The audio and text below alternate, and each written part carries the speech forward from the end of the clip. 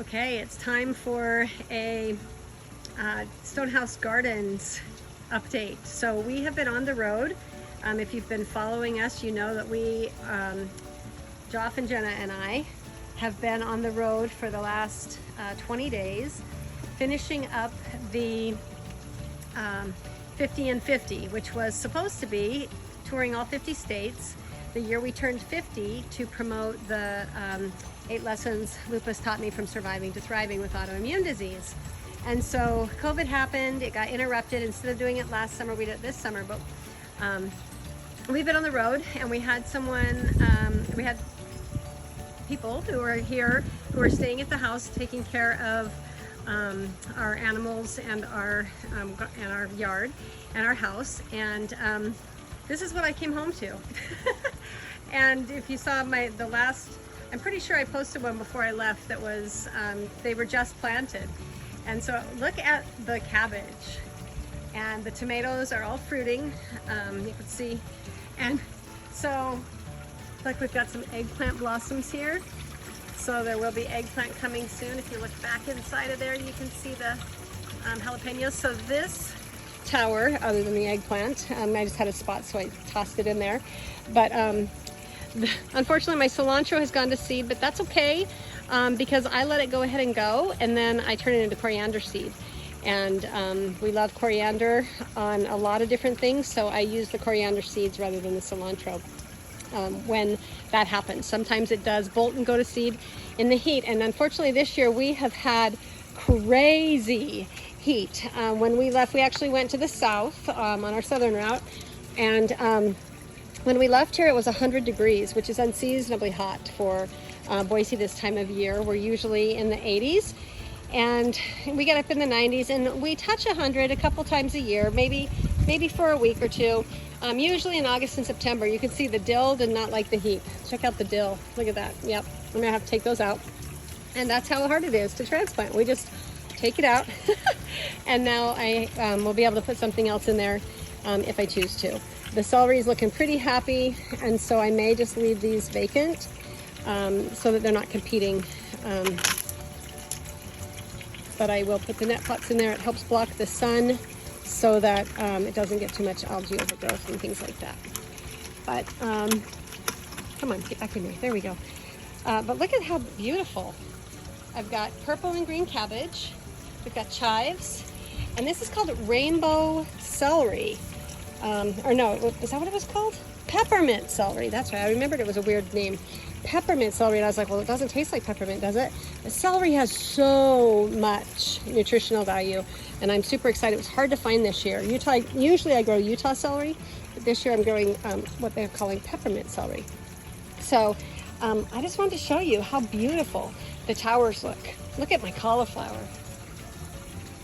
Now, the one thing that I love about the tower is look at my basil. I'm gonna take some of this off. Here's the parsley.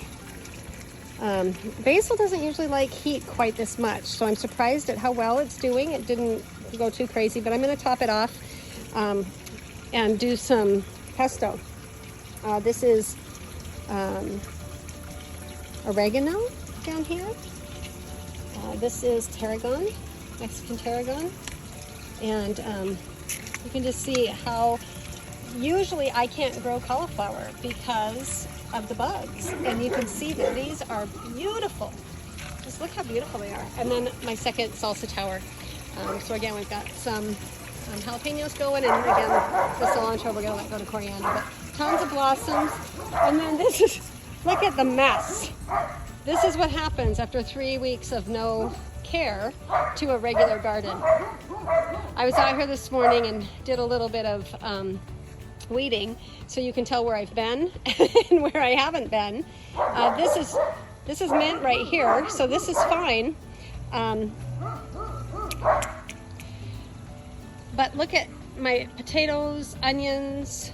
It just looks like a big weed patch, and that's because I haven't been able to weed. Here's the cauliflower that's in a raised bed. Okay, it's in a whiskey barrel because of this property. There's really nowhere to grow, and so I'm just growing in containers. The onions are doing okay. And I planted them together, the cauliflower and the onions, to do the companion planting that helps keep the pests away. And you can tell it didn't totally work.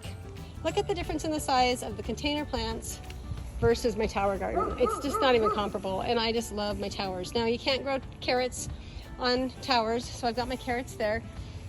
And my broccoli, it's doing okay, but I would expect it to be much bigger compared to the tower. It's kind of disappointing, you know, but back here in the back, I've got Brussels sprouts. And it looks like we've got stuff growing on them. So I need to give these guys a little bit more attention, but you know, I've been gone. So one thing that does not need attention are sunflowers. Check out my sunflowers. They love the heat. Those are volunteers from last year. Last year they were about 3 stories.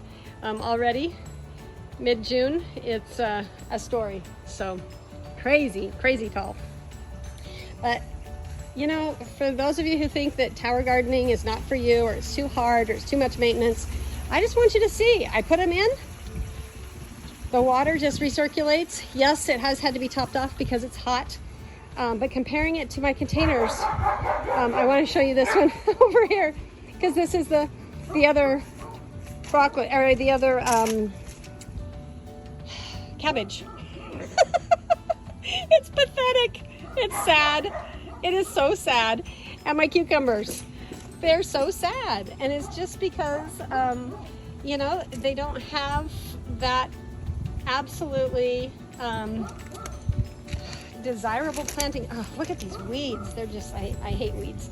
And I love that in my towers I don't have to worry about weeds. So anyway, I just wanted to update. I wanted you to be able to see the difference between plants grown in the towers and how they're thriving despite the weeds all around the bottom that I'll have to get out of the rocks. I love weeding rocks. It's a fun thing. And comparatively, the ones in the tower, or in the containers, or heaven forbid, my root garden. So everything's going to need a little more love, but I wanted you to see that towers are still blossoming, producing. I'm going to have broccoli and cauliflower and cabbage out my ears to be able to ferment and preserve, and I'm just so excited to get out here and get working on it. So that's what's happening in Stonehouse Gardens. And if you want to know about tower gardens and you think that it might be for you, it might be a great solution, reach out to me. I'd love to help you get your hands on one. I'm going to eat this, and then also help you plant it and take care of it. So until next time, I will keep you updated. Shine on.